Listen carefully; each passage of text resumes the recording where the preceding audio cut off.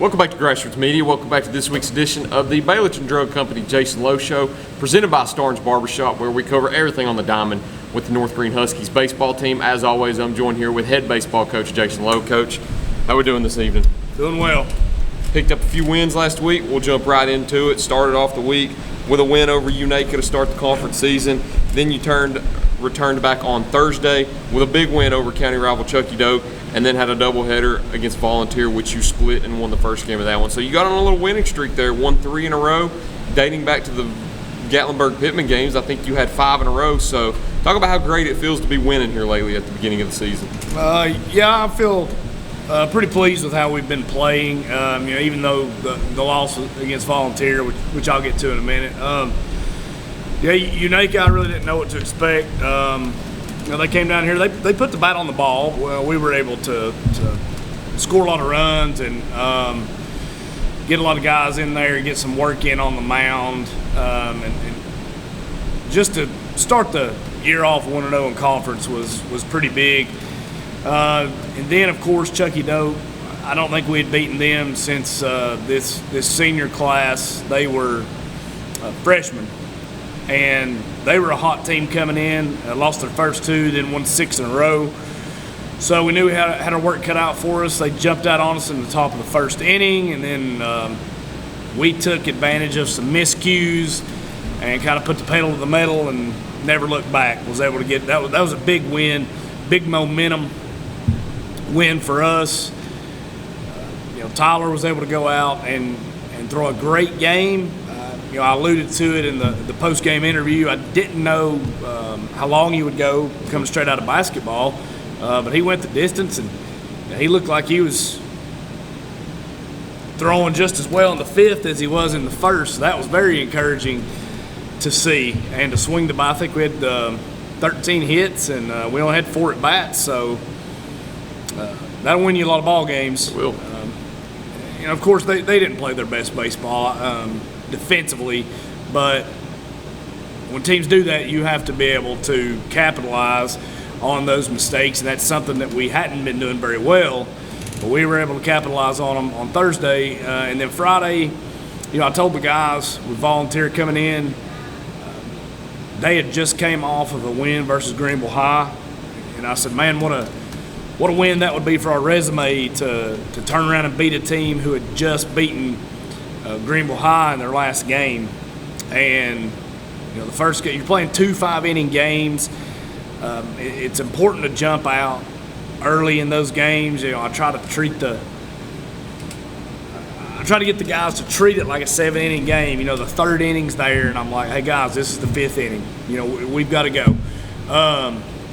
And we got down 1-0 in that one, but Aiden Halley was able to shut them down the rest of the way. Defense played really well, and man, they will small ball you to death. Volunteer, they are probably the fastest team that we've played against, and they use that to their advantage. They bunt, they run the bases, and they really put the pressure on you, and they forced us into some mistakes, and we were able to get out of those. Had a big double play.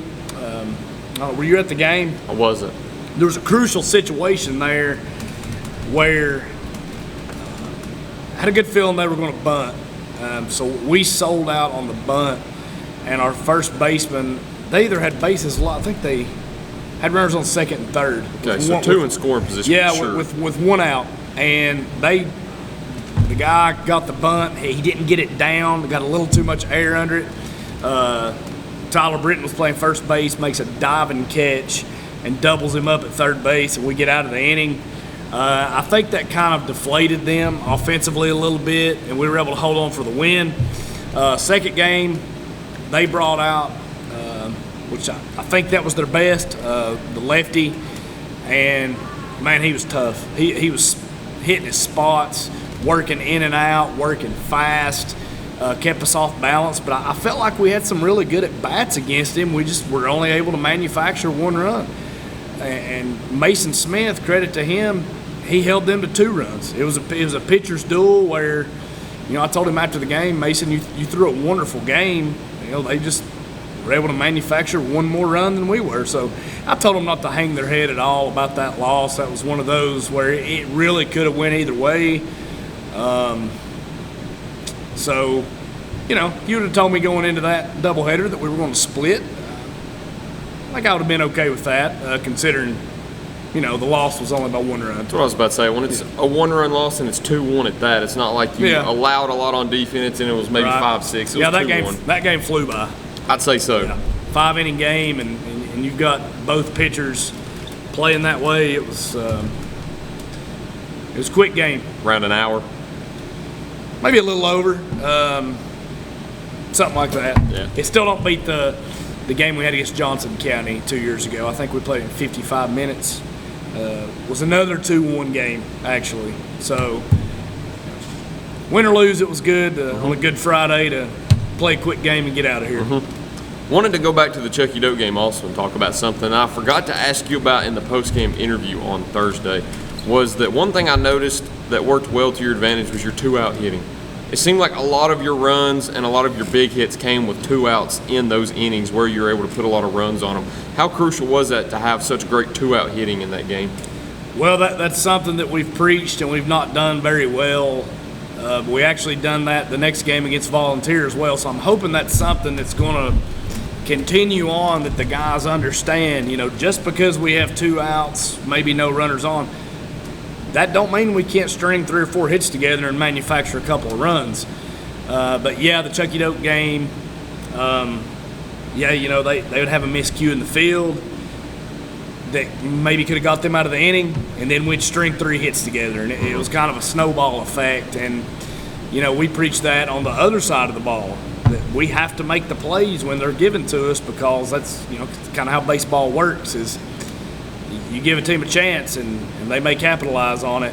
And those 2 games, we did a good job of capitalizing on opportunities, and we've been pitching the ball very well lately, and you'll give yourself a chance to win games playing like that.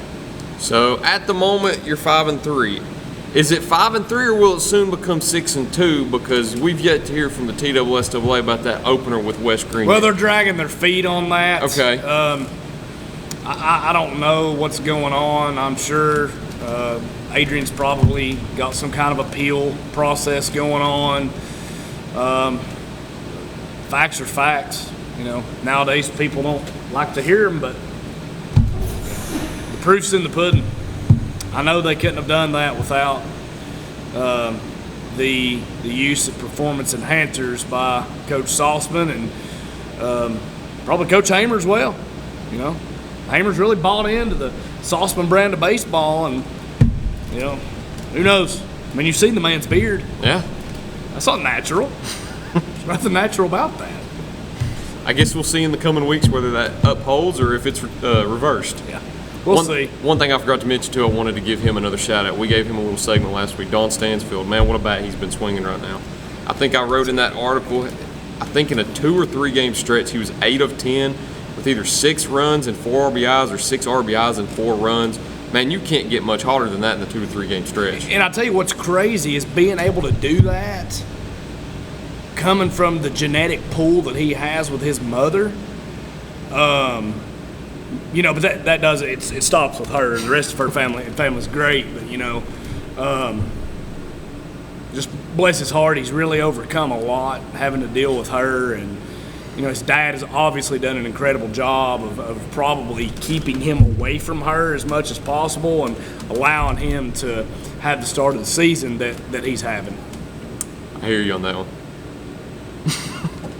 I told her I was going to work her into this interview, and she wasn't very happy. So I think she's got mentioned back-to-back weeks now. 2 weeks in, I think she's got a mention in both shows. And I'm going to keep rolling. All right, we'll see how many we can get. All gas, no brakes. We'll go into the break, though. That's all we've got to recap on this week's edition. So we'll go ahead and cut to break and preview what they've got next on their schedule right after these messages on Grassroots Media.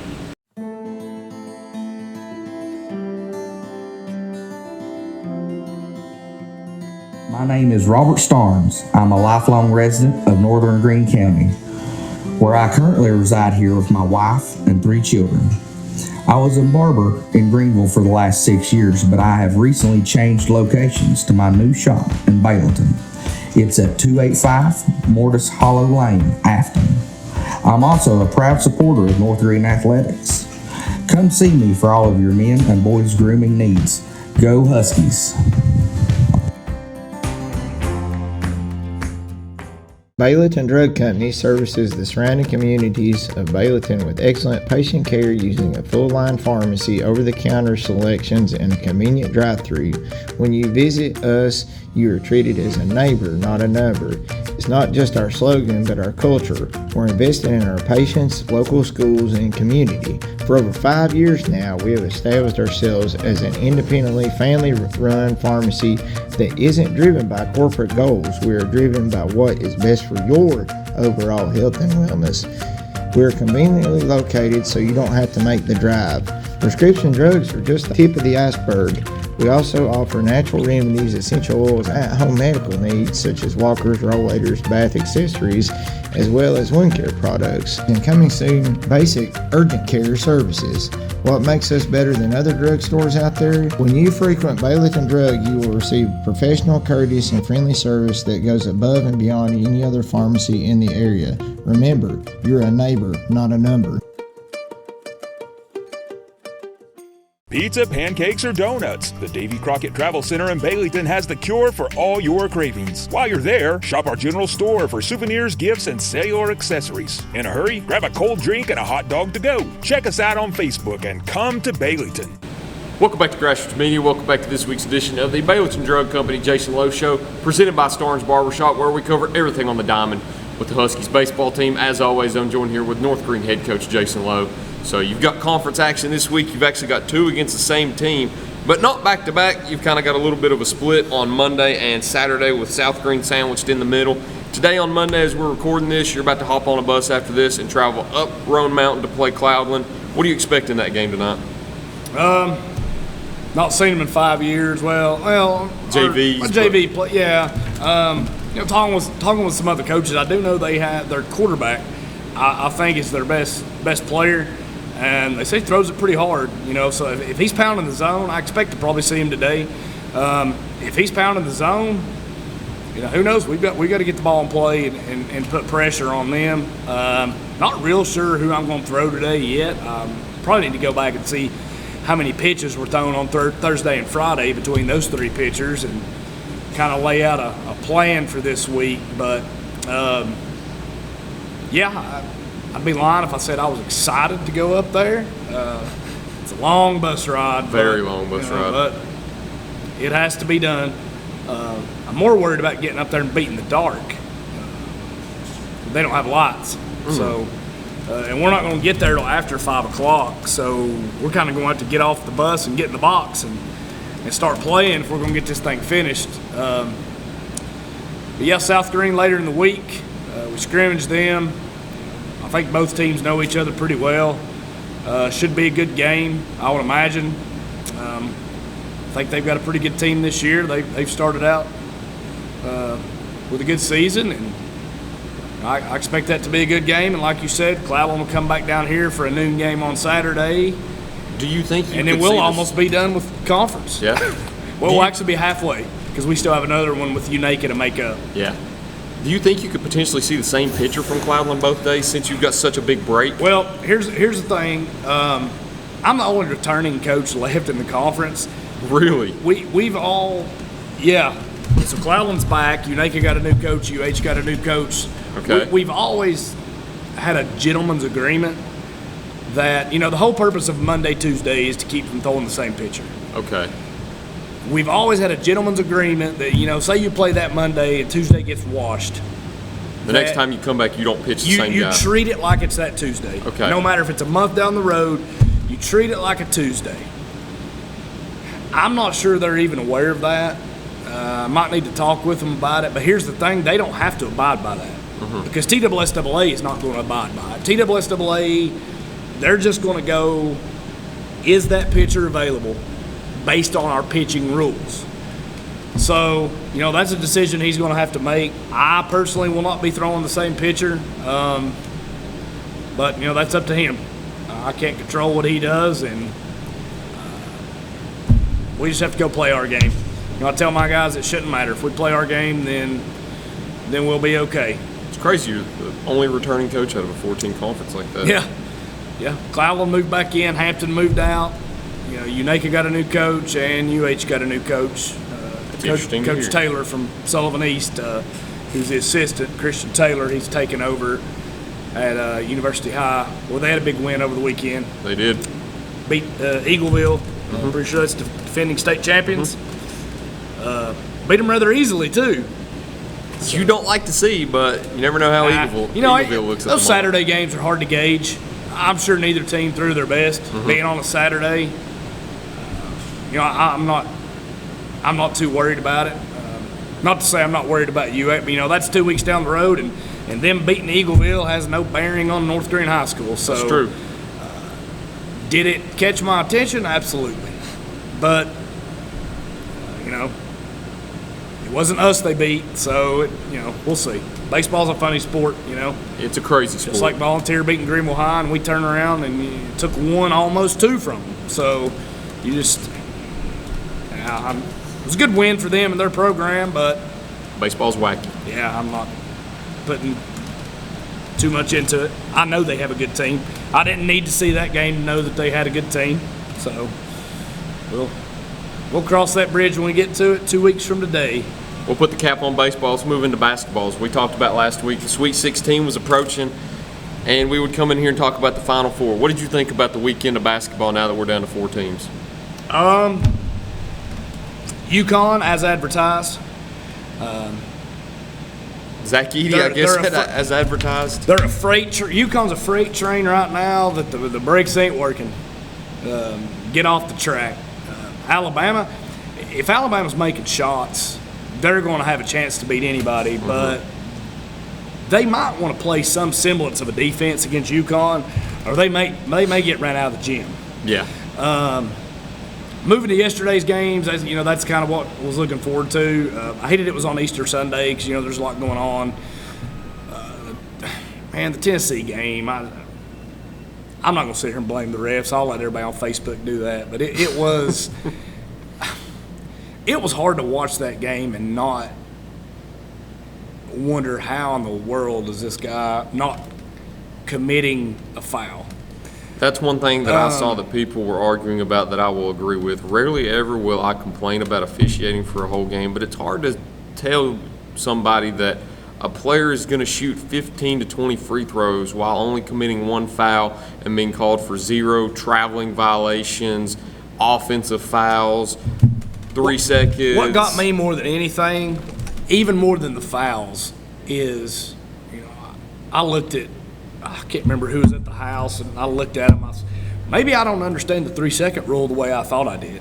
I mean, the guy, if you're going to let a guy that is 7'4", fixing to probably be 2-time player of the year, and you're just going to let him camp out in the paint, nobody's going to beat him. Nobody will beat him if you're going to let him do that. And I don't understand why it's not called, because you can watch clips. He's standing in the paint for no less than 10 seconds. And the rule that I see some people saying is, well, 1 foot stepped out, but it has to be 2. Both feet have to come out. Yes. And some people will say, well, it's only 1 foot now. It's not. Both it's feet, 2. unless maybe we need to go get. I checked yesterday when I saw that argument. We could. He could make an appearance, and I'm sure he would love it. As far as I know, the clock does not reset until both feet leave the area. Mm-hmm. That's what I thought. And I looked up the rule book yesterday, and that's what I found too. So unless the rule book that I saw was out of date.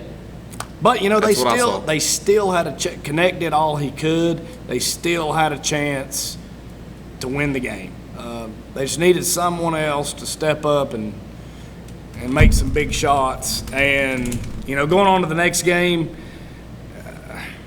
if you'd have told me going in that Duke would have a chance to go to the Final Four, but when I seen it was NC State, a team they'd beaten 15 earlier in the year. Now, granted, that's not the same NC State team, but with the way Duke had been shooting, I felt like they had a really good chance to win that game. But when you shoot like 28% from the field, when I went back and looked at the stat, I see 28%. That's got to be from 3, right? No, they shot like 13% from 3. And they didn't make any three-pointers in the second half until crunch time with less than 2 minutes to go when they absolutely needed them, down by like 10. Yeah, ones that didn't matter. Yes. They made 3 in that span, but for the first 18 minutes, you couldn't make any. But to shoot 28% from the field, credit to NC State, but to be in the Elite Eight and shoot 28% from the field, you're not going to beat anybody. And the thing that helped Duke so far was their defense. And I'll tell you what, I was extremely disappointed the entire tournament with Filipowski. He did nothing to help that team. I've been disappointed the whole season. Him and Proctor. There have been no sophomore leads. I feel like he's making a very big mistake if he goes to the NBA. He's not ready. I don't think him or Proctor are, because you saw both of them come back their sophomore seasons. You expect big things. Now, granted, was it the end to the regular season you would have liked to see? No. But it was a great tournament run that you didn't expect, so I guess that makes it a fruitful season, making it to the Elite Eight. Kane kind of put the team on his back. He did, but seeing how Flip and Proctor played in their second seasons at Duke was a lot less than I expected, seeing how good they were as freshmen and how they kind of underperformed a little bit. I was disappointed with both. I don't think he'll come back because of the Yeah, we're blinking. We got like a few minutes left on the battery because pack. of the recruiting class coming in, flag coming in. But he's definitely not helped his draft stock any. No, and if you see him, He would have been better off not coming. Hindsight 2020, with the way he played, he would have been better off going after his freshman year, being a bust in the NBA but making some money. And I'm kind of scared because if you do see him come back, then you're going to see some of those top talents coming in. Yeah. Go somewhere else. You saw that last year. Well, Flag kind of worries me though, because didn't he reclassify? Is he not supposed to be a senior in high school next year? I'll have to look back at that. I can't remember off the top of my head. That kind of worries me about guys being too young. to play at that level. I think Proctor was that same way. I think so. I think Proctor was. Sometimes I think you could be too young and you might be a great player, but that's a big jump. It is. It's a really big jump, but It's like G.G. Jackson in the NBA right now. He's 19. It was a good season, and hey, my bracket, I had UConn beating Purdue from the start, and that's still a possibility. What if we get an Alabama NC State final? I was talking about that last night. That could happen, and that would be the craziest thing. Because you look at it from the beginning, everybody thinks, well, Purdue, UConn is probably the most likely scenario, but it would be so funny if Saturday night you saw both NC Both State teams and are Alabama favored win. early pretty heavily in their games. How fun would a Tennessee-Alabama matchup have been? God, you'd have had 200 points in that game. Tennessee would have probably been able to hold them a little bit on defense, but, man, Alabama's just so quick. But So Purdue's favored 8.5 and UConn's favored 11.5. those are some large spreads for a Final Four game. Yeah. Those are some large spreads. When I seen a double-digit Final Four spread, Yeah. man, I think that's them banking on Alabama not scoring or not stopping UConn. If you're getting with your local book, might be safe to take the over in that game because that may be a 105 to 90 type game. Yeah. It'll be fun to watch. It will. When is it? This weekend? Saturday, the first game, I think 6:09, and the second one's to follow because they're both the same location. Saturday, we're celebrating my wife's birthday. She's turning 29. It's like 30, 38. I got you, yeah. 29. WrestleMania Night 1, That's also Final true. Four. Man. It's the best weekend of the year because Saturday night you get the Final Four WrestleMania Saturday. Sunday you get WrestleMania Sunday. Then Monday you get the Raw after WrestleMania and the National Championship game. Yeah, and I get to throw in celebrating my wife and her 29th That's true. birthday, and I think we may even do a little Dollywood trip. It's my son, and we'll be celebrating his 5th birthday this Thursday. Happy birthday to both. 2, 3, 4. Yes, Thursday. And we may throw in a little Dollywood trip on Sunday with the family. That'll be nice to fight that crowd. And, Always. yeah, man, he's starting kindergarten this year. I don't know if I'm ready for that, but it's coming whether I like it or not. It'll be fun. it'll be something. It will. It will be something. I'm just going to make sure that they have my wife's number listed first. When they need to call for him doing something.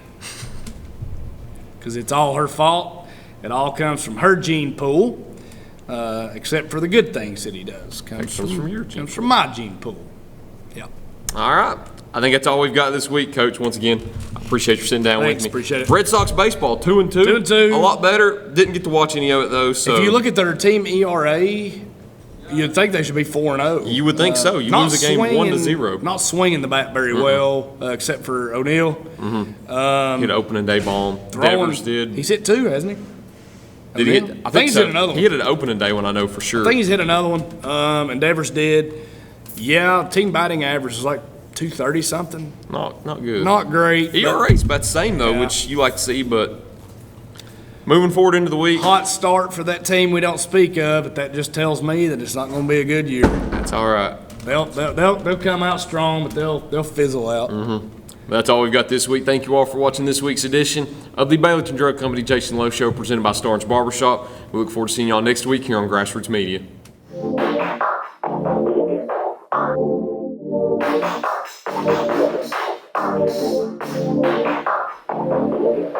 Thank you.